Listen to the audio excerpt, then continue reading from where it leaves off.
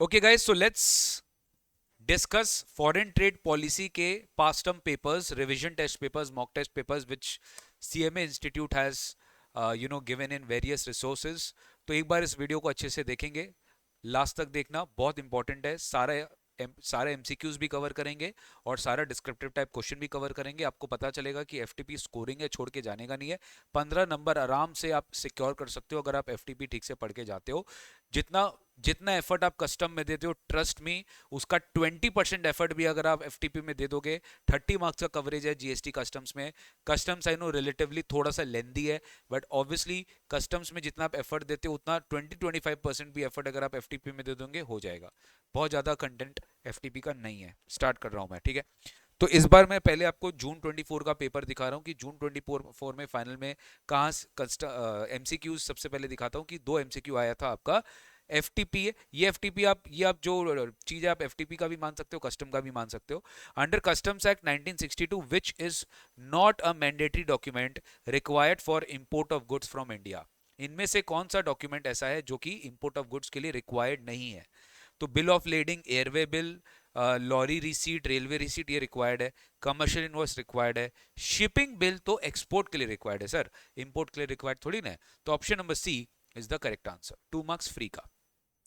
Under custom law the value of goods to be exported as bona fide gift, ठीक है, to be exported as bona fide gift, कि custom law में goods की value जो आप gift के फॉर्म में एक्सपोर्ट कर सकते हो can't exceed this much in a licensing year. हमने पढ़ा था, इसका आंसर बताओ क्या होगा? 5 लाख, 15 लाख, 10 लाख की none of the above? Answer is 5 lakh sir. As per foreign trade policy 5 lakh तक का गुड्स आप एक्सपोर्ट कर सकते हो without any authorisation up to 5 lakh in a licensing year. तो 2 एमसीक्यूज जो है आप आराम से, फॉरेन ट्रेड पॉलिसी आपसे पूछा गया, 4 नंबर आपको यहाँ पर मिल गया सर। फिर सेक्शन बी में नॉर्मली इस बार हमने देखा कि नॉर्मली बेटा जो आपको एफटीपी पूछा ना, नॉर्मली क्या है कि हो सकता है जीएसटी के साथ पूछ लेता है, कस्टम्स के साथ पूछ लेता। आपका लक अच्छा था कि एक ही क्वेश्चन में दोनों एफटीपी के सवाल आए, मतलब 7-7 14 मार्क्स का जो है फॉरेन ट्रेड पॉलिसी का जो आया वो क्वेश्चन आया था। एक ही में सारा क्वेश्चन जो है वो 14 मार्क्स का क्वेश्चन आया था सर, ठीक है। तो again it was a straight forward question, no hit and trial, एकदम स्ट्रेट फॉरवर्ड क्वेश्चन था। इट वाज ऐसे writing question. Discuss briefly export EPCG duty credit scripts EPCG scheme under new foreign trade policy 2023। तो आपको EPCG scheme के बारे में बताना था, export promotion capital goods, that what is the validity of the authorisation. and in EPCG scheme 24 months may you need to take the authorization, and there is an export obligation which needs to be completed, which consists of average export obligation and specific export obligation. Average export obligation is the average the export turnover which was realized in the last 3 preceding financial years, that needs to be achieved, plus 6 times of the duty saved। ये सब आपको लिखना था कि duty saved कैसे निकालेंगे। Eligible duty minus duty actually paid is the concessional duty which has been saved by you. So this 6 times of the duty saved will be considered to be your export obligation, again which needs to be completed within 6 years from the date of the authorization. Did you understand? अब इसमें याद है अपने 75%, if you remember कि यहाँ पर आप को अगर आपने आपका 75% एक्सपोर्ट ऑब्लिगेशन हो जाएगा अगर आपने इसको 50% टाइम में इसको जो है कंप्लीट कर लिया। In the 6 year period, if in 3 years you have achieved the export obligation, that is 75% export obligation or specific export obligation and 100% of average export obligation, this will, the rest all will be waived and it will be deemed that you have fulfilled the export obligation, ठीक है। तो whatever you knew about EPCG scheme you could have mentioned here। बोलो clear है sir? With reference to advance authorization scheme under new FTP policy, discuss the following। एकदम easy। eligible applicant कौन होगा? Eligible applicant कौन advance authorisation के लिए apply कर सकता है? Eligible supply sir, they will use in the export product, that should be used in the export product, that should be subjected to actual user condition, and that should be physically incorporated in the product and should be exported outside India. Validity period of import 12 months and it can be further extended by another 12 months। एकदम clear cut question था sir. अगर आपको याद होगा मैं आपको दिखा भी देता हूँ, उस तरह से आपको पढ़ाया भी गया था। एडवांस ऑथराइजेशन इसलिए बोलते हैं कि एक एक चीज को अपने को अच्छे से पढ़ना पड़ेगा, तब जाके आप सोचो कि आप एफटीपी में क्रैक कर पाओगे। देखो, validity period 12 months plus 12 months, clear है एकदम।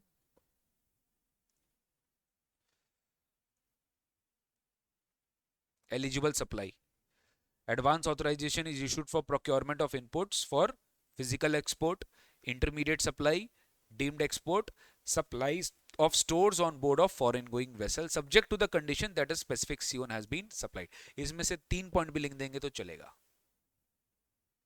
Eligible applicant, advance authorization can be either given to a manufacturer sub exporter or a merchant exporter tied up with supporting manufacturer। और it can be given for pharma, ये नहीं भी लिखेंगे तो चलता।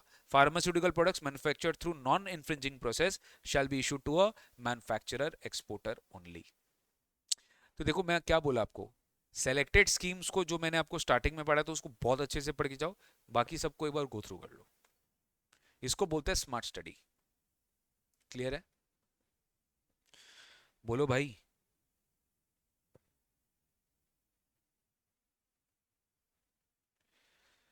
Live वाले बच्चे तो लग रहा है ऐसे ही बैठे हैं क्लास में। तो 7 7 14 + 2 16 मार्क्स का यहाँ पर हो गया सर। अब आपको मैं बाकी का जो अपना सेवियर जो मेरा है वो मैं आपको यहाँ से दिखाता हूँ।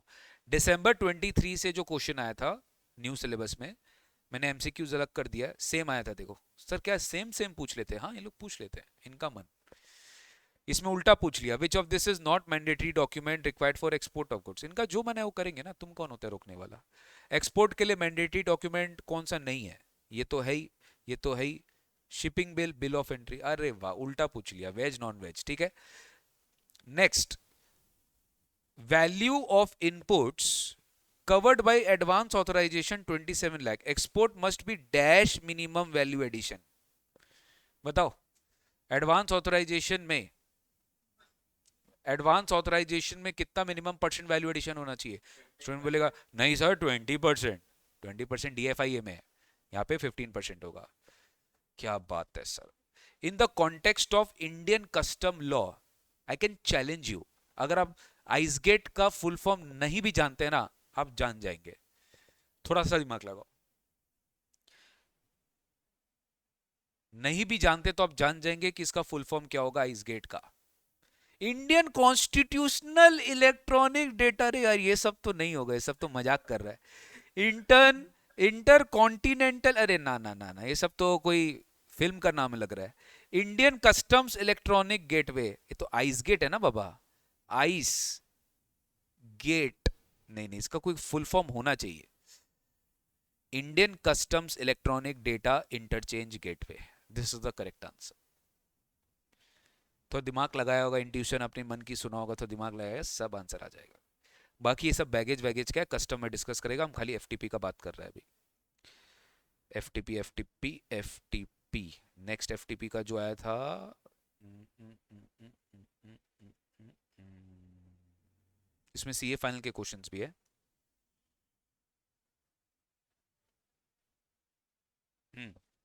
LMP exporters export shoes to US. As per FTP, LMP exporters shall be categorized as 5-star export house option upon achieving the export performance of dash $1 million in the current and last 3 financial years। बताओ कितना export performance achieve करना पड़ेगा 5 star export के लिए? Lock किया जाए? Computer जी lock करिए। बिल्कुल सही जवाब, आप जीतते हैं 10,000 रुपया। बैंक ट्रांसफर यूपीआई बताओ।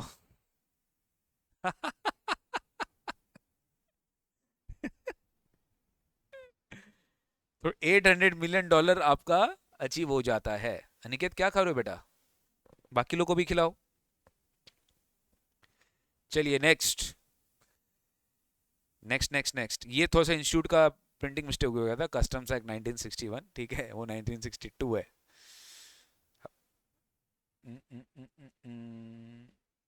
एफटीपी खोज रहा हूं मैं, कस्टम नहीं करा रहा, ठीक है, एफटीपी खोज रहा हूं। ये बताओ, विच ऑफ द, ये थोड़ा दिमाग लगाना पड़ेगा, which of the following privileges are granted to status holders as per FTP 2015-20, सोचो 23 में भी यही है, ठीक है। Authorization and custom clearances for import and export may be granted on self certification basis. इनमें से कौन सा प्रिविलेजेस स्टेटस होल्डर को दिया जाता है? हाँ, ये तो दिया जाता है सर। कस्टम क्लियरेंसेज आप सेल्फ सर्टिफाई कर सकते हैं, सेल्फ डिक्लेयर कर सकते हैं, सॉरी।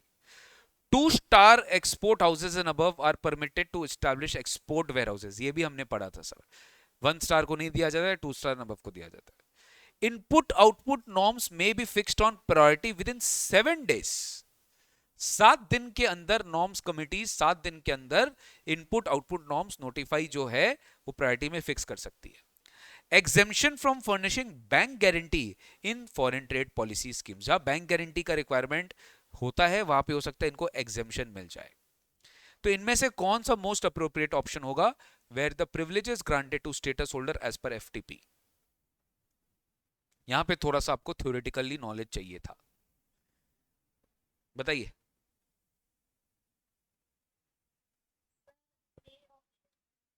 ए, करेक्ट। क्यों सर, यहां पे क्या गड़बड़ है? डेज में गड़बड़ है। इनपुट आउटपुट नॉर्म्स जो है वो 15 डेज में फिक्स किया जा सकता है बाय द नॉर्म्स कमेटी, ठीक है। ऑब्जेक्टिव टेस्ट हुआ आपका यहां पर, ठीक है। अरे बोलो। एज पर एफटीपी, देखो यहां से भी सवाल आया, पढ़ाया गया था तुमको। DGFT may through a notification impose prohibition और रेस्ट्रिक्शन, याद है मैंने अब तुमको एक प्रिंसिपल पढ़ाया था कि डीजीएफटी बहुत सारा पॉइंट्स था कि क्या क्या रेस्ट्रिक्शंस किस में इंपोज कर सकता है, वही से सवाल आया। Choose the most appropriate option for production of public moral, हाँ हाँ हाँ, ये तो हो गई। Production of human animal plant life health हो गई।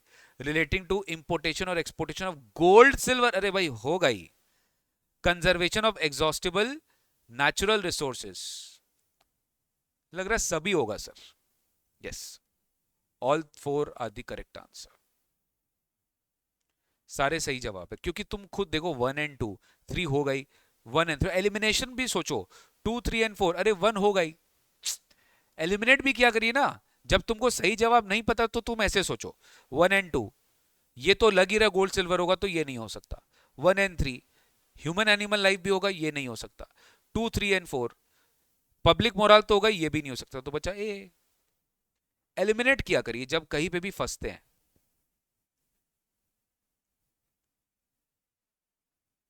ये ड्रॉबैक आ गया, नहीं करना, हाँ। As per FTP goods including edible items पूरा छाप दिया। वैल्यू नॉट एक्सीडिंग दैश में भी एक्सपोर्टेड एज गिफ्ट 5 लाख, ठीक है। Export performance during current and 2 previous years required for 2 star export houses status holder, कितना होगा? इसका ऑप्शन चेंज होगा बेटा, ठीक है। कितना होगा इसका? 2 स्टार के लिए कितना चाहिए? करेक्ट, 15 चाहिए। अमृता आपको क्या हो गया बेटा, आप जवाब नहीं दे रहे हो। $15 मिलियन होगा, $15 मिलियन होगा, ठीक है। ये कम हो गया था, पहले लिमिट 25 था, न्यू पॉलिसी में गवर्नमेंट ने इसको कम कर दिया था। एफटीपी में short form ITC HS refers to, ITC HS का फुल फॉर्म क्या है? Input tax credit, invert tax credit, inland terminal charges, Indian trade classification harmonize system. Which of the following supplies items और categories are ineligible, ध्यान से, ineligible for the scheme of RoDTEP under FTP. इनमें से कौन से items categories जो है वो इनएलिजिबल होंगे फॉर रोड टैप?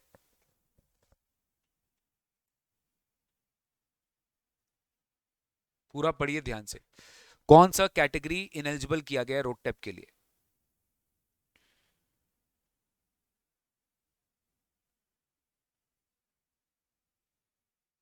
ऑप्शंस भी ध्यान से देखिएगा, नहीं समझ में आ रहा है एलिमिनेट करके करेक्ट आंसर तक पहुंचिए।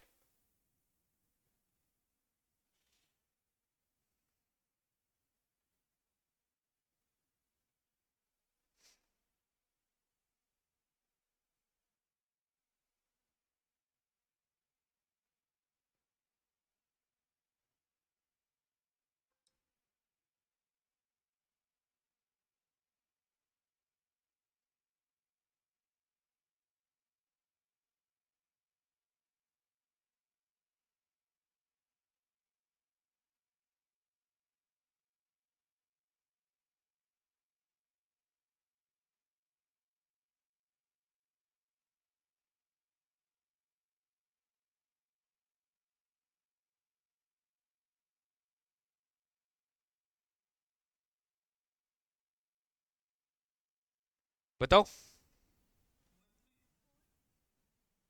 D.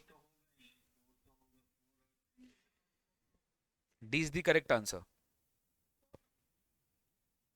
Export of imported goods in same और सब्सटैंशियली द सेम फॉर्म। मैंने आपको रोडटेप का एक लॉजिक दिया था। रोडटेप कब होता है? जब तुम्हारा लोकल टैक्सेस, जब तुम्हारा लोकल टैक्सेस कुछ ऐसे हिडन टैक्सेस है जिसका क्रेडिट तुम्हें नहीं मिल रहा है। भाई तुम इसको इंपोर्ट किया है और एज इट इज एक्सपोर्ट कर दिया, तो लोकल में इंडिया में रहा ही नहीं ना वो, तो यहाँ पे कोई हिडन कॉस्ट नहीं होगा, तो यहाँ पे रोडटेप मिलेगा नहीं तुमको। जहां पे गवर्नमेंट ऑलरेडी तुम्हारे एक minimum price and all restriction लगा के रखी है, कंडीशन लगा के रखी, वहां पे नहीं देगी। जो ऑलरेडी रेस्ट्रिक्टेड प्रोहिबिटेड है वहां पे नहीं मिलेगा। और जो यूज हो चुका है आफ्टर मैन्युफैक्चर, उसके ऊपर भी तुमको नहीं मिलेगा। You will not get this benefit, you will not get this benefit. तो रोडटेप स्कीम में आपको जो है आपका विच आर रेस्ट्रिक्टेड और prohibited under foreign trade policy, आपको इसका बेनिफिट जो है रोडटेप स्कीम में नहीं मिलेगा सर। तो ये अपना बेटा बेटा बेटा मोटा मोटी ये एमसीक्यू ओवर हो गया है, ठीक है। मोटा मोटा ये एमसीक्यू जो है इस तरीके से आपके एग्जाम में पूछा जा सकता है, कस्टम्स एफटीपी मिला के। अगेन ये सेम रिपीट हुआ है तो मैं रिपीट नहीं कर रहा हूँ, ठीक है। मोटा मोटी इस तरह के एमसीक्यू जो है आप एफटीपी से एग्जाम में एक्सपेक्ट कर सकते हो।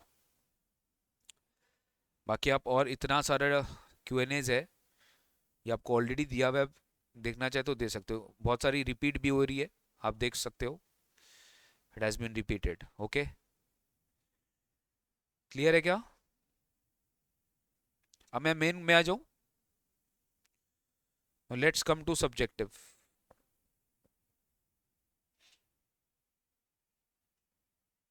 ये देखो सारा इसका जो है पूरा डिटेलिंग दिया हुआ है, कौन कौन से टर्म्स का सवाल है। 2019 से हमने सारा पेपर्स को कवर किया है। अब आ जाओ सब्जेक्टिव में। जून 24 में क्या पूछा गया था? ईपीसीजी स्कीम पूछ लिया था और एडवांस ऑथराइजेशन पूछ लिया था। यहाँ पे डीम्ड एक्सपोर्ट पूछा गया था।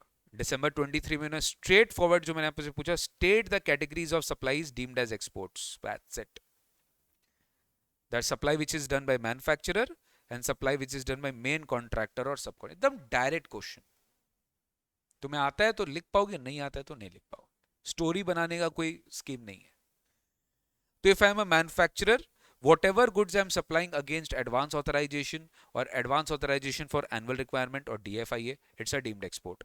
If I am a manufacturer, if I am supplying any units to any units located in EOU, STP, EHTP, BTP, it's a deemed export. If I am supplying any capital goods against EPCG authorization, again it's a deemed export. मान लो मेरा export obligation पूरा हो गया, अब मैं capital good बेच रहा हूँ, तो ये deemed export माना जाएगा। क्लियर है सर? मान लो आप एक ऐसे मैन्युफैक्चरर हो जो टाइड अप कियो विद सपोर्ट, आप एक ऐसे मर्चेंट एक्सपोर्टर हो जो टाइड अप कियो विद सपोर्टिंग मैन्युफैक्चरर। यानी आप एक्सपोर्ट तो कर रहे हो, बट आप उस एक्सपोर्ट करने के पहले किसी कॉन्ट्रैक्टर को हायर करके रखे हो। क्या करके रखे हो?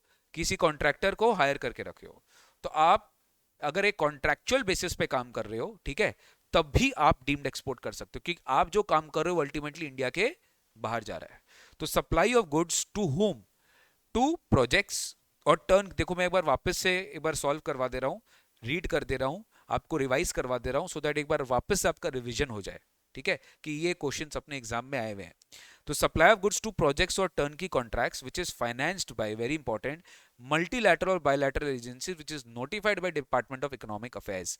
यानी हो सकता है कि गवर्नमेंट डिपार्टमेंट ने कुछ ऐसे प्रोजेक्ट्स को, टर्न की कॉन्ट्रैक्ट्स को नोटिफाई करके रखा है। अगर मैं उन प्रोजेक्ट्स में कोई गुड्स सप्लाई कर रहा हूं, तो यहां पर भाई हमारा जो गुड्स होगा वो एक्सपोर्ट माना जाएगा, डीम्ड एक्सपोर्ट माना जाएगा। Supply of goods to any project for any purpose where import is permitted at zero basic custom duty. यानी कि अगर मैं किसी भी पर्पस में या कोई भी प्रोजेक्ट में जहां पे गुड्स इंपोर्ट हो रही है बिना किसी कस्टम ड्यूटी के, उनको वो लाइसेंस मिलकर रखा है, और मैं अगर उनको कोई प्रोजेक्ट में सप्लाई कर रहा हूं where the supply is made against international competitive bidding. यानी तुम सोचो जहां पे कॉन्ट्रैक्ट्स होते हैं ना, टेंडर्स इंटरनेशनल लेवल पे निकलते हैं कि ये गुड्स कौन मेरे को ऑर्डर देगा, तो इंटरनेशनल लेवल पे इसकी बिडिंग होती है। तो वहां पे गवर्नमेंट बोलता है अरे भाई तुम वहां पे सप्लाई कर रहे हैं ना, तुम्हारा डीम्ड एक्सपोर्ट हो जाएगा, कोई टैक्स मत लगाना, कोई जीएसटी मत लगाना, कोई टैक्सेस की रिकवरी मत करना, क्योंकि ये प्रोजेक्ट अल्टीमेटली क्या होगा, इंडिया के बाहर एक्सपोर्ट होगा। तो कॉस्ट इसका एकदम लिमिटेड रखना, इसमें कोई टैक्सेस रहने नहीं देना। तुम समझ रहे डीम्ड एक्सपोर्ट? एक्चुअल जो पर्सन एक्सपोर्ट करेगा ना, उसका भी इनपुट्स को गवर्नमेंट क्या कर रहा है, डीम्ड एक्सपोर्ट मान रहा है। Supply of goods to mega power projects, supply of goods to UN, international organization, भाई for their official use, this is deemed export. And supply of goods to nuclear projects, again through international competitive bidding. तो अलग अलग projects याद रखिएगा, nuclear हो गया, mega power हो गया, any project where zero basic custom duty हो गया, turnkey contracts financed by multilateral bilateral agencies हो गया। स्ट्रेट फॉरवर्ड क्वेश्चन आया था, 7 नंबर का क्वेश्चन हमेशा पूछा जाता है ऐसे, ठीक है। रोडटेप का आपको ऑपरेटिंग प्रिंसिपल्स बताना है, मैंने बताया था आपको, ये सब एग्जाम्स में आए हैं। Discuss about the principles of RoDTEP, operating principles की रोडटेप का अल्टीमेटली सीन क्या है, कैसे रोडटेप दिया जाता है, कि रोडटेप क्यों आया, आपको हर चीज जो है रोडटेप प्रिंसिपल्स के बारे में बताना था guys. I hope you don't want me to repeat this, ठीक है। We have read everything in detail in RoDTEP operating principles. I just wanted to you feel that कि इस तरह के क्वेश्चन आपके एग्जाम में पूछे जा सकते हैं, ठीक है। SEIS एंड ऑल MEIS से अब आपके एग्जाम में क्वेश्चन नहीं आएगा, अब वरी मत करिए। ये आता था, देखो दिसंबर 23 में तो आया था, बट ठीक है, न्यू सिलेबस में I don't expect it will come, क्योंकि ये आपके मैट में भी नहीं है, ठीक है। SEIS and MEIS। State the sectors which are eligible for RoDTEP scheme under new foreign trade policy. RoDTEP में कौन कौन से सेक्टर्स को अलाउड है, याद करो, स्ट्रीम मैंने आपको आपके क्लास में कराया था। All sectors labour intensive will be given priority, both manufacture exporter merchant exporter are eligible. There is no turnover threshold for availing the benefit under roadtap scheme. Re-exported product ध्यान रखिएगा, ये eligible नहीं होता। मतलब तुम एक बार एक्सपोर्ट कर लिया, इंपोर्ट कर लिया, फिर एक्सपोर्ट कर लिया, तो जो री एक्सपोर्ट किया उस पर कोई तुम्हें वापस से बेनिफिट नहीं मिलेगा। They should have India as their country of origin to be eligible for benefits. Obviously India में इसलिए करा जा रहा है क्योंकि इंडियन में जो टैक्सेस लगा है गवर्नमेंट, उसका तुम्हें रोडटेप का बेनिफिट दे रही है। SEZ यूनिट्स और EOU को भी इसका बेनिफिट मिलेगा। This scheme also applies to goods जो कि आप एक्सपोर्ट करो कोरियर के थ्रू या ई-कॉमर्स प्लेटफॉर्म्स के थ्रू। ये हो गया आपका एलिजिबल सेक्टर्स। फिर देखो ये भी आगे एग्जाम में, ये एक ठो दिसंबर 23 में इन्होंने प्रैक्टिकल क्वेश्चन पूछ लिया एक पर्टिकुलर स्कीम से। From the following details compute the minimum FOB value of the exports to be made as per the DFIA scheme. DFIA scheme से सवाल आया था। The FOB value of the input which was imported, ध्यान से सुनना बेटा, input का FOB value दिया है which was imported without payment of duty under DFIA scheme was 14.2 lakh. तुमने जो इंपोर्ट किया उसका FOB वैल्यू दिया है कितना, 14 लाख 20, और उसका CIF वैल्यू दिया है 16.25 लाख। यानी कि FOB वैल्यू मतलब value at exporter sport, CIF value मतलब value at importer sport. You may assume that exports to be made are subjected to general rate of value addition prescribed under DFIA, no other input is being used। पूछा क्या है, आपको बताना है इसका minimum export value क्या होना चाहिए, बताओ एक्सपोर्ट वैल्यू क्या होना चाहिए उसका।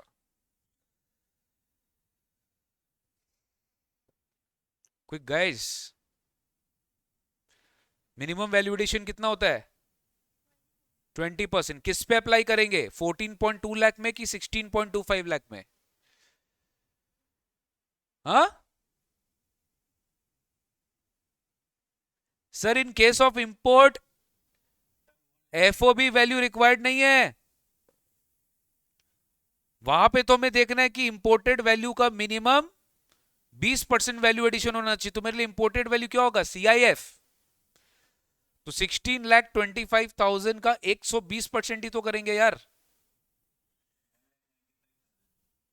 1,95,000 क्या बोल रहे हैं यार तुम, 16.25 लाख है, 19,50,000 होगा। तुमको 10 लाख का सैलरी नहीं देगा, तुम बोले अरे हाँ 1 लाख देना, 1 लाख देना, एक जीरो कम कर देंगे तुम्हारा। नहीं नहीं नहीं नहीं, सैलरी के नाम से तुम लोगों को समझ में आएगा, ऐसे समझ में नहीं आएगा। 10 लाख का सैलरी नहीं है, 1 लाख का सैलरी है तुम्हारा, एक जीरो कम कर लेना उसमें, ठीक है, एक जीरो कम कर लेना, बता दे रहा है sir. DFIA necessitates export with a minimum of 20% of value addition. The FOB value of export realized is A. B. CIF value of inputs covered by authorization. Therefore, the minimum FOB should be 19.5 lakh. FOB of import is not relevant. तो आपको ऐसे proper value addition देके समझाना था कि इसमें भाई 20% value addition होता है। गाइस एक बार मेरा कहने से प्लीज आई रिक्वेस्ट यू, एक बार ये सब पढ़ के चले जाना। मेरे को कोई मतलब आई शुडंट से इन पब्लिक प्लेटफॉर्म, बट कोई भरोसा नहीं है, सेम कॉपी पेस्ट पूछ लेगा तो फिर धरा का धरा रह जाएगा, जबकि कुछ नहीं है इसमें। बेसिक डिफरेंस क्या है रोडटेप और एसईआईएस और एमईआईएस के, बिकॉज अल्टीमेटली एमईआईएस को रिप्लेस किया रोडटेप ने। तो सबसे पहले समझो कि रोडटेप जो है that is basically they are refunding all the indirect taxes on the inputs which is used in the manufacture of the exported products that are currently not being reimbursed in any other scheme। मतलब जिसका तुम्हें कोई refund नहीं मिल रहा है, जिसका तुम्हें कोई क्रेडिट नहीं मिल रहा किसी भी लॉ में, किसी भी स्कीम में, उसका गवर्नमेंट तुम्हें रिफंड देता है। बट एमईआईएस ऐसा नहीं था। MEIS is basically N incentive on the export of goods. इसको कोई मतलब नहीं था कि इस पे क्या इनपुट लगा है, उसके ऊपर क्या टैक्स लगा है, रिफंड मिल रहा है कि नहीं मिल रहा है, कोई मतलब नहीं है। एक रिवॉर्ड था MEIS, merchandise export import scheme, जो कि आपको स्क्रिप्ट के फॉर्म पे हमेशा दिया जाता था। बट रोडटेप आपको एक रिफंड के फॉर्म में दिया जा रहा है। ऑब्वियसली मोड ऑफ इश्यू क्या है, it is issued in the form of transferable credit electronic script which will be given in credit ledger. But जो एमईआईएस होता था ना बेटा, वो फिजिकल कॉपी में इशू किया जाता था, वो एक सर्टिफिकेट के फॉर्म में इशू किया जाता था। अगेन वो ट्रांसफरेबल होता था बट फिजिकल मोड में होता था। WTO कंप्लायंट है रोडटेप जो है, वो वर्ल्ड लेवल पे वर्ल्ड ट्रेड ऑर्गेनाइजेशन के हिसाब से, ये नॉर्म के हिसाब से जो है नोटिफाई किया गया था। एमईआईएस कहीं वर्ल्ड में नहीं लगता था, इंडिया में ही ये अप्लाई होता था। Incentive will in the incentive under this क्या बोलते हैं एमी in the RoDTEP scheme will be notified as a percentage on FOB value. Rebate on certain exported products will also be subjected to value cap per unit of the exported product. यानी इसके ऊपर एक capping है होगा which will be value cap per unit and it is notified as a percentage on FOB. Same MEIS percentage of realised FOB, या क्या बोलता है realised FOB in free foreign exchange or FOB value of export as per shipping bill whichever is lower। यानी कि जो आपकी FOB value export है या जो मनी आपने रियलाइज किया उसमें से जो लोअर है उस पे आपको एमईआई स्कीम जो है मिला करता है। यानी यहाँ पे रियलाइज्ड FOB वैल्यू का बात हो रहा है, यहाँ पे रियलाइज्ड FOB वैल्यू का बात नहीं हो रहा है। और दोनों में ही आप ट्रांसफर कर सकते थे, एमईआईएस में भी और रोडटेप स्कीम में भी।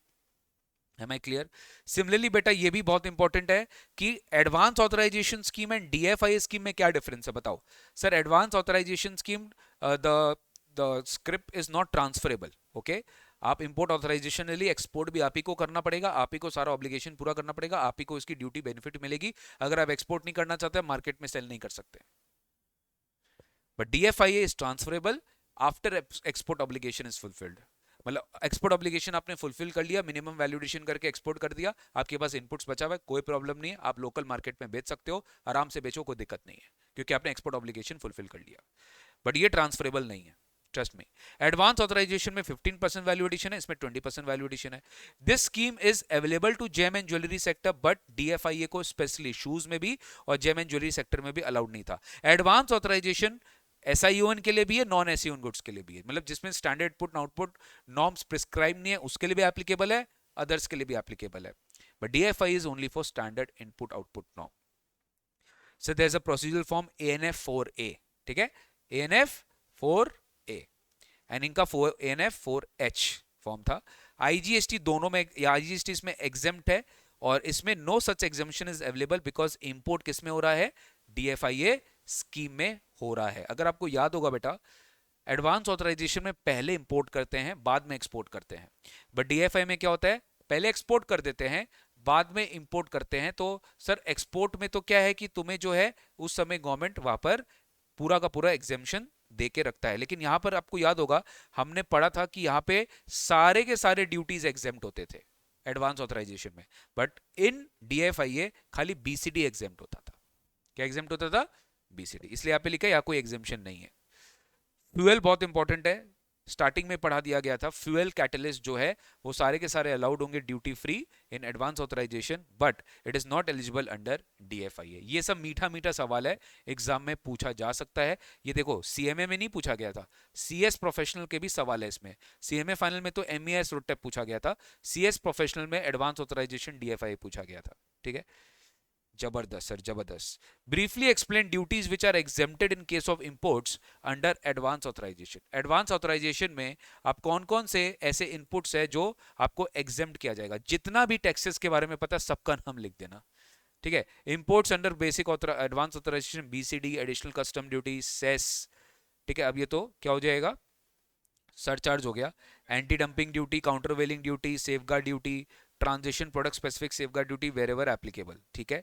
However specified deemed exports which are not exempted from payment of applicable anti-dumping duty, CVD safeguard duty, ये कौन कौन से होंगे, ये दो सिचुएशन होगा जहां पे ये ड्यूटी एग्जाम नहीं होगा, जैसे capital good supply against EPC, यानी ये क्या हो गया, कुछ ऐसे डीम्ड एक्सपोर्ट है जहां पर इन ड्यूटीज को एग्जाम नहीं किया जाएगा। क्या, supply of capital goods against EPCG authorisation और सप्लाई ऑफ गुड्स टू, याद है, UN international organisation for their official use.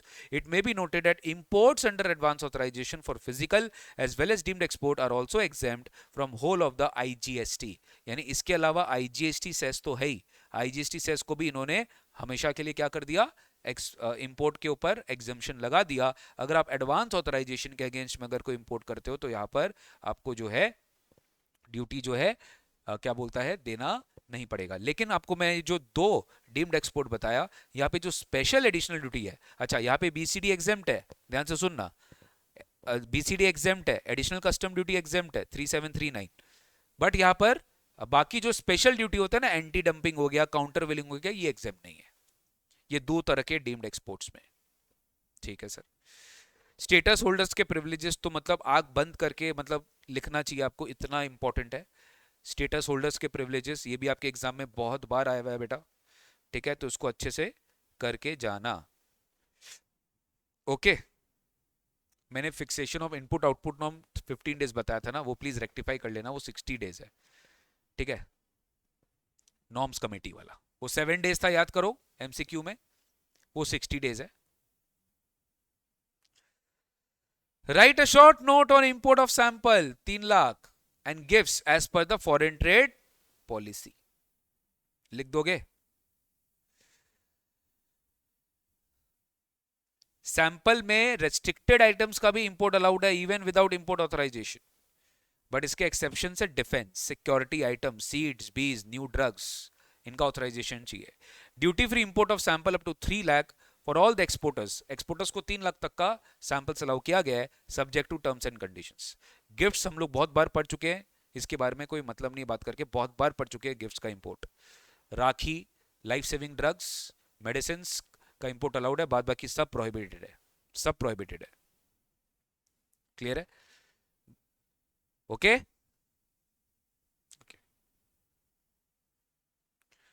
Sir, मैं याद है मैंने आपको एक बार क्वेश्चन पढ़ाया था, आपके एग्जाम में आया हुआ है कि SEZ, your committee has decided, your unit has decided कि चलो एसईजेड में काम करते हैं, what approvals will be required. ये पूरा का पूरा मैंने आपको एग्जाम, मैंने आपको अपने मैट से कराया है।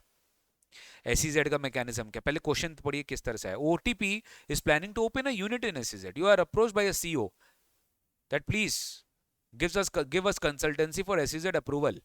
You are requested to analyze the case and provide a list of mechanism so that leadership of the team can take appropriate decision. तो आपको बताना था कि SEZ अप्रूवल कैसे मिलेगा सर, पूरा का पूरा सेम जो आपको पढ़ाया गया था, सेम टू सेम यहां पर लिखा हुआ है सर। थ्योरेटिकल है बट कुछ उपाय ही नहीं है सर, करना पड़ेगा। SEZ एंड EOU का डिफरेंस वेरी इंपॉर्टेंट, जून 23 में आया था। RM is planning to open a unit, okay? Though not familiar with the policy terms, heard about like SEZ EOU कुछ होता है, वो सोशल मीडिया में देखा, SEZ EOU सुना है, वो बोला यार तुम CA है, तुम CM है, कुछ बताओ ना क्या करे, कंपेयर करो ना, SEZ EOU क्या दोनों सेम है क्या है? गुड क्वेश्चन है। सप्लाई अगर SEZ को कर रहे हैं तो that is called as export, zero rated supply. But अगर आप EOU को सप्लाई कर रहे हो ना, वो एक्सपोर्ट नहीं है, वो डीम्ड एक्सपोर्ट है। वो क्या है, बात को समझो बेटा, EOU इंडिया में ही है, वो खुद 100% एक्सपोर्ट कर रहा है, पर तुम उसको अगर सप्लाई कर रहा है तो वो एक्सपोर्ट करेगा, तो तुम्हारा भी तो डीम्ड एक्सपोर्ट हो गया ना। बट SEZ को एक्स्ट्रा टेरिटोरियल जुडिक्शन मिलके रखा है, वो इंडिया के बाहर माना जाता है, तो अगर तुम उसको सप्लाई कर रहे हो तो एक्सपोर्ट है, डीम्ड एक्सपोर्ट नहीं है। समझ में आया? Supply from DTA to SEZ पे IGST जीरो रेट पे लगेगा, समझ में आया? ये हो गया zero rated supply. But supply अगर DTA से EOU में होगा तब नॉर्मल GST लगेगा। मतलब अगर मैं यूयू को सप्लाई कर रहा हूँ ना, तो नॉर्मल जीएसटी लगे, यूयू उसका रिफंड ले लेगा, यूयू उसका रिफंड ले लेगा, या मैं उसका रिफंड ले लूंगा। अगर मैं यूयू को सप्लाई कर रहा हूँ तो मैं भी रिफंड ले सकता हूँ, तो यूयू भी रिफंड ले सकता है। जो भी अल्टीमेटली टैक्स बेयर करेगा, हमने सेक्शन 54 में पढ़ा था जीएसटी में कि सर या तो आप पेमेंट विद पेमेंट करोगे या विदाउट पेमेंट करोगे, डिपेंड करता है जो भी है। अगर आप विद पेमेंट करोगे तो आप रिफंड क्लेम कर सकते हो, विदाउट पेमेंट करेंगे तो आप अनयूटिलाइज्ड आईटीसी का रिफंड क्लेम कर सकते हो। Refund of tax does not arise at all, क्योंकि यहाँ पे टैक्स लगता ही नहीं है sir, since no tax suffered, but यहाँ पे refund will be allowed either to the supplier receiver, depends who can claim refund GST.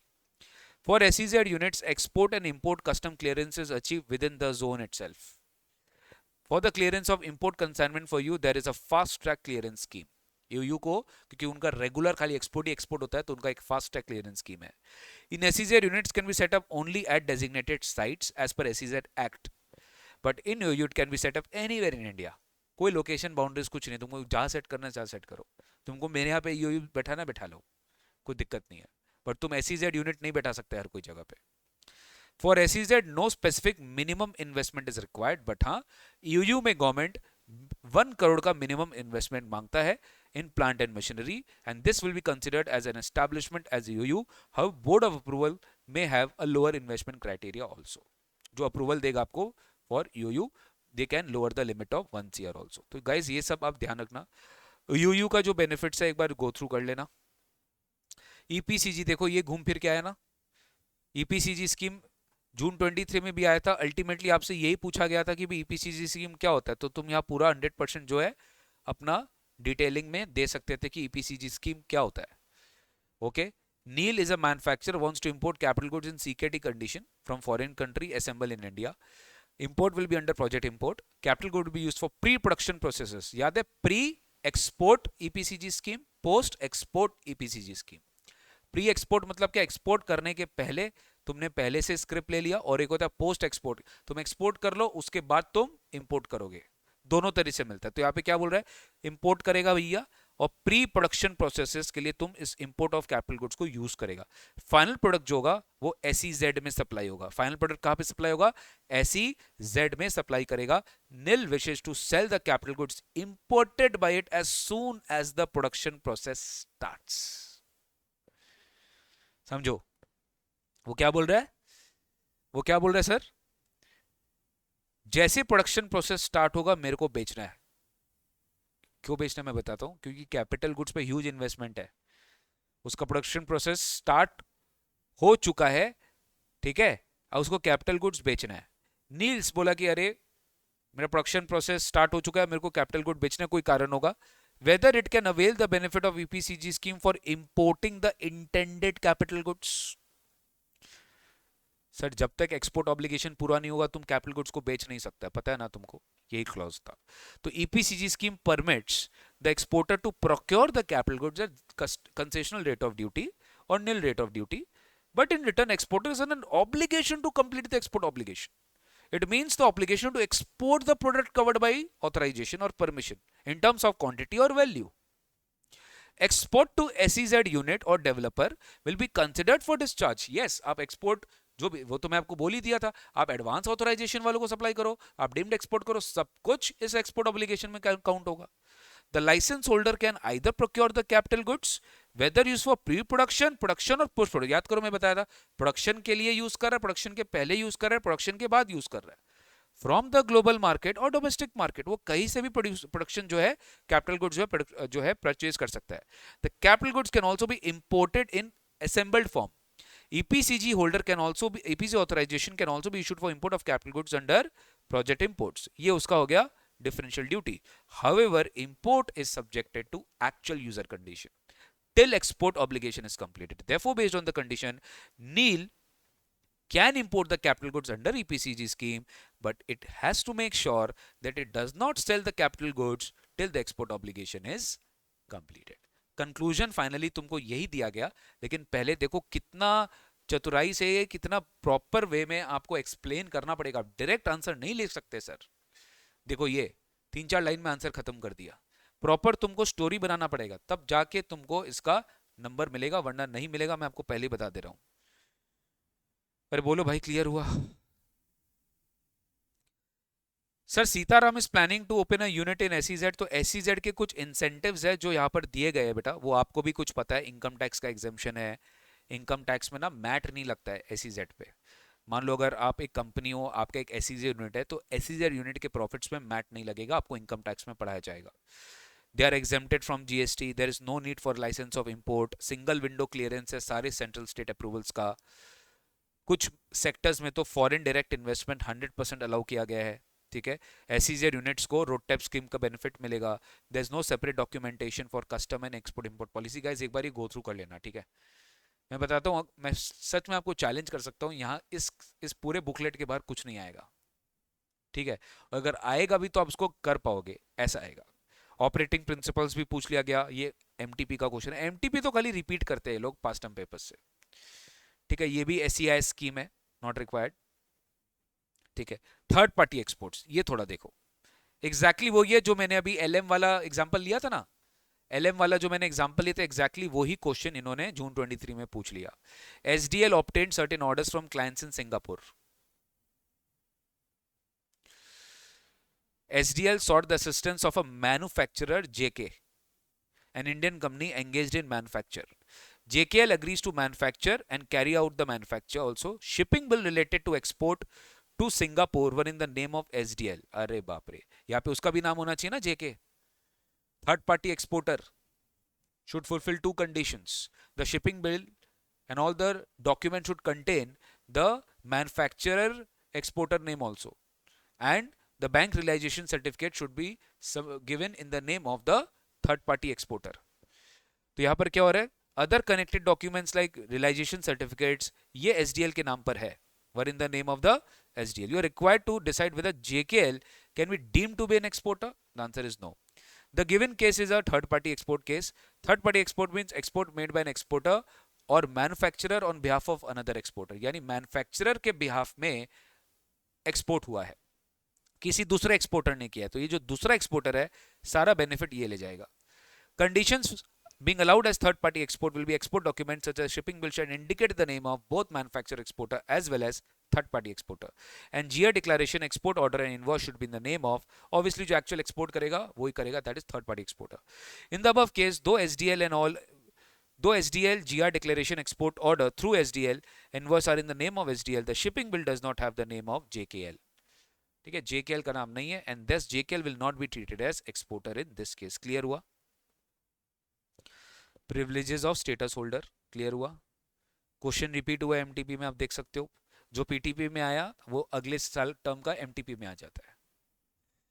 यही सेम क्वेश्चन आया, एक्सपोर्ट ऑब्लिगेशन जब तक पूरा नहीं करोगे मशीन नहीं बेच सकते। ये कुछ ट्रू फॉल्स आया, देखो तो। If any doubt arises in respect of interpretation of provision of FTP, the said doubt should be forwarded to CBIC, whose decision would be final and binding. बताओ, अगर FTP में कोई डाउट आया तो doubt किसको जाएगा? CBIC को जाएगा और उसका डिसीजन फाइनल एंड बाइंडिंग होगा? नहीं सर, DGFT को जाएगा, directorate general of foreign trade. ये फॉल्स है। Authorisation once claimed by importer can not be refused by DGFT। अरे अगर इंडिया में ऐसा कर दिया ना तब तो प्रॉब्लम हो जाएगा सर, तुम भी चले जाओगे ऑथराइजेशन मांगने। IC is a unique 12-digit PAN-based numeric code allotted to a person for undertaking any export-import activities.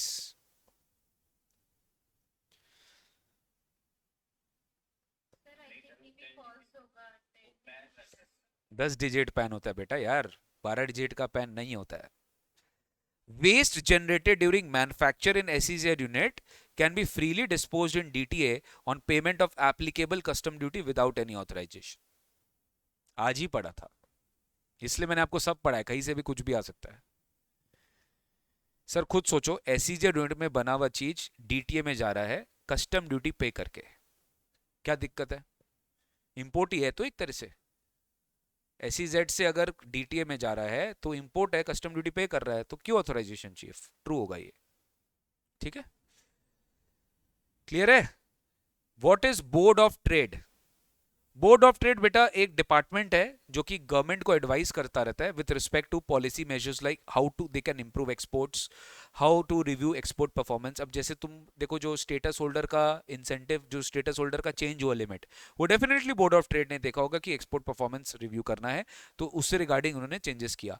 Review policy procedures for import export, examine all the issues relevant for promotion of India's foreign trade. And commerce and industry के जो minister है, he will be considered to be the chairman of board of trade, and government can nominate up to 25 persons as the members of board of trade who will meet at least once every quarter। ये theory question है, आपके exam में पूछा जा सकता था, go through कर लेना। एडवांस ऑथराइजेशन डीएफआई का डिफरेंसेस है, ये सीए फाइनल में आया था, ठीक है। Next same, what do you mean by the term FTP, ये सब मेरे को दरकार नहीं है, तो पूरा एकदम बेसिक नॉलेज दे दिया कि इसका गवर्निंग लेजिस्लेशन बताओ। बताओ गवर्निंग लेजिस्लेशन क्या? Foreign trade development regulation act 1992, ठीक है। विच गवर्नमेंट ऑथराइजेस एडमिनिस्टर, बताओ ministry of commerce and industry, DGFT controlled, सब कुछ लिखना पड़ेगा तुमको। क्लियर है? हम्म। पुराने जाने का मेरा मन नहीं है बेटा, कम से कम 25-30 सब्जेक्टिव क्वेश्चन मैंने प्रैक्टिस करा दिया है, ठीक है, इससे ज्यादा रिक्वायर्ड नहीं है। ओके, तुम्हें रिवॉर्ड एंड ऑल ये सब नहीं करके जाना है, एमईएस एसईएस ये सब करके नहीं जाना तुमको। बहुत सारे सवाल इसके मिलेंगे तुमको, तुम इग्नोर कर देना, ठीक है। ये सब लिमिट्स चेंज हो गया, ओके।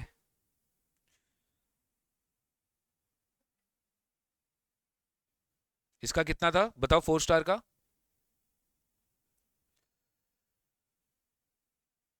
क्या हुआ, मजाक कर रहे हो?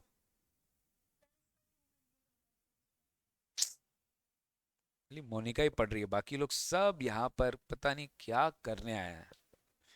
एफटीपी का क्लास खत्म हो रहा है और ये लोगों को यही आइडिया, सब यहाँ पर क्या कर रहे हैं मेरे को आइडिया नहीं।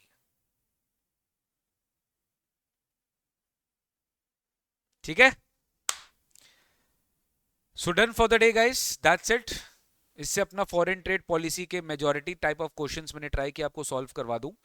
बाकी डिटेल्ड लेक्चर्स मेरे एफटीपी के हैं, lecture 1, lecture 2, lecture 3। I hope that आप वो लेक्चर देख लिए होंगे। Trust me, it is very beneficial. आपका मार्क्स जो है 15 नंबर सिक्योर हो जाएगा, सिक्योर 15 मार्क्स इन एफटीपी, ठीक है। तो 2 बड़े क्वेश्चन आएंगे सब्जेक्टिव से, और बाकी आपके एमसीक्यू से टेस्ट किए जाएंगे सर, ओके।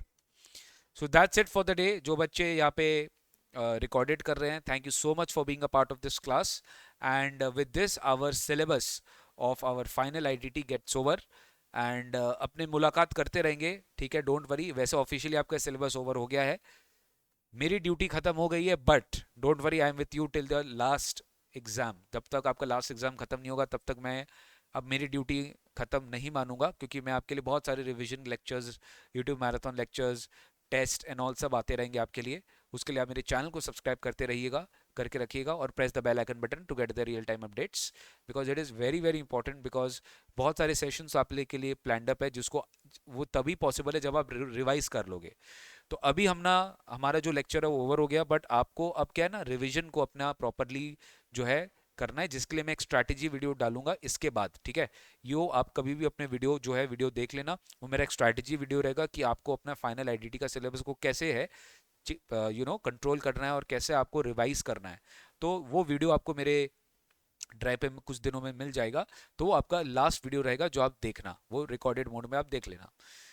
उसके बाद फिर सीधा यूट्यूब पे मिलना, यूट्यूब में मेरे सारे लेक्चर्स को गो थ्रू करना। बीच बीच में मैं मोटिवेटिंग सेशंस आप लोग के लिए जूम लाइव ऐप में भी रखूंगा। अगर आप लोग का टर्म अभी करेंट टर्म का है, या जब भी आप ये क्लास देख रहे हो जब उस समय का टर्म है, एग्जाम के 1-2 मंथ्स पहले थोड़ा सा I will be active in Zoom and I will call the meeting. तो आप लोग आइएगा और मेरे से इंटरेक्ट करिएगा, डाउट्स क्लियर करिएगा, that will be very very important for you all, ठीक है guys. So with this we complete our lectures. I know एक बार मेरा काम हो गया है, बट आप लोग का काम अभी स्टार्ट हो रहा है, ठीक है।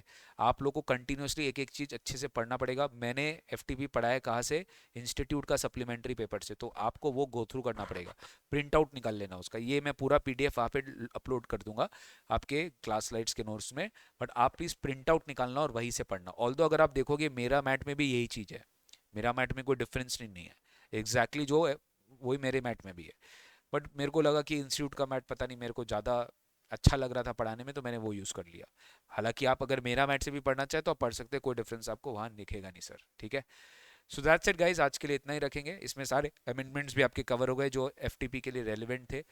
जो मेजर एलिमेंट आपका रोड टैप स्कीम में आया था, उसमें से कुछ सेक्टर्स जो पहले इनएलिजिबल थे उसको उन्होंने हटा दिया, और एक जो अमेंडमेंट आया था वो import of second hand goods वाले पॉलिसी में आया था। ठीक है, IT notified goods from SEZ to DTA, वहां पर इन्होंने चेंजेस किया था।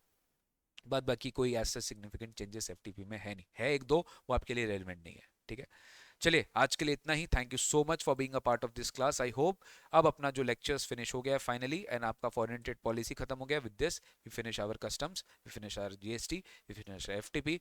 Very soon lectures of revision will start, marathon will start, and test test भी अपना 3-3 4-4 चैप्टर का अपने साथ में लेंगे, जिसका शेड्यूल मैं आपको एडवांस में दे दूंगा और आपको टाइम दूंगा। एवरी 5-6 डेज में आपका टेस्ट होगा, ऐसा प्लान करेंगे एवरी 5-6 डेज में आपका टेस्ट होगा। शेड्यूल आपको पूरा डिटेल में मिल जाएगा, तो आप भी अपने आप को रिवाइज उसी हिसाब से वो सारे चैप्टर्स रिवाइज करते रहिए, सो दैट आपका टेस्ट भी प्रॉपरली होता रहे। टेस्ट में एमसीक्यू भी रहेगा, सब्जेक्टिव रहेगा, सब रहेगा as per CMA institute pattern. ठीक है, चलो bye bye, take care, see you very soon in the coming sessions. Bye bye, take care, all the best for your journey which is most important now. अब ये journey आपको खुद से तय करना है, तो सबसे इंपॉर्टेंट है कि आप अपने आप को कैरी कैसे करते हो, पढ़ाई कैसे करते हो, इफेक्टिवली यूटिलाइज कैसे करते हो। घर में टाइम वेस्ट कर रहा है कि घर में 10 घंटा पढ़ रहा है, बट एक्चुअल में इफेक्टिव आवर 6 आवर्स ही है। 10 घंटा पढ़ के 9 घंटा इफेक्टिव है या 10 घंटा इफेक्टिव है, ये सब आप ही के ऊपर डिपेंड करता है। ठीक है, तो क्लासेस सब लेते हैं। अब सब लोग अपना अपना फील्ड में चला गया है, यहाँ तक सब लोग सबका काम किया है, बट अब सब लोग सब काम नहीं करेगा। तुम शायद कुछ अलग ढंग से पढ़ेगा, बात बाकी तुम्हारा फ्रेंड कुछ अलग ढंग से पढ़ेगा, यही है फर्क और कुछ नहीं है। ठीक है, so this is all what you have to do. तो please study very hard guys, because final exam once in a lifetime आता है, उस चीज को छोड़िए मत, मौका छोड़िए मत, once in a lifetime आता है, और वो आपको जिंदगी भर आपको नेम देता है कि इसने फर्स्ट अटेम्प्ट में क्लियर किया या इसने क्लियर कर लिया। वो जो डिग्री का जो वेटेज है ना, वो डिग्री मिलने के बाद ही फील होता है। ठीक है, चलो बाय बाय।